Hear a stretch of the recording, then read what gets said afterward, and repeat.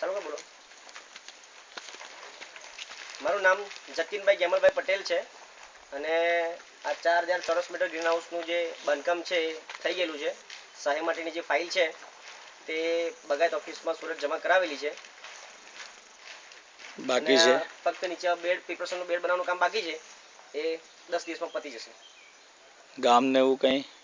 ગામ મોજે ગામ આપણે જે ઊભા છે સ્થળ છે, ગામ છે પૂના, તાલુકો માંડવી, જિલ્લા સુરત.